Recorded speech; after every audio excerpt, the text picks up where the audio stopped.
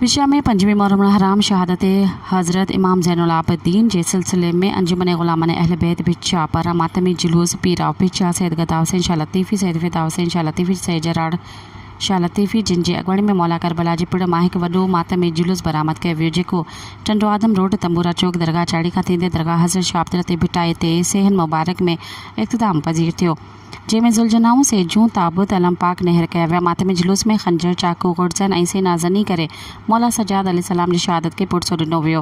विख विख ते थधे मिठे पाणी जी सबील ऐं मुख़्तलिफ़ न्याज़ हुसैन तक़सीम कयो वियो। मुख़्तलिफ़ अंजुमन नोआ ख़्वानी करे पंहिंजी ड्यूटी ॾिनी। हर तरफ़ हाय बीमार हाय सजाद जो सदाऊं बुलंद कई वियूं।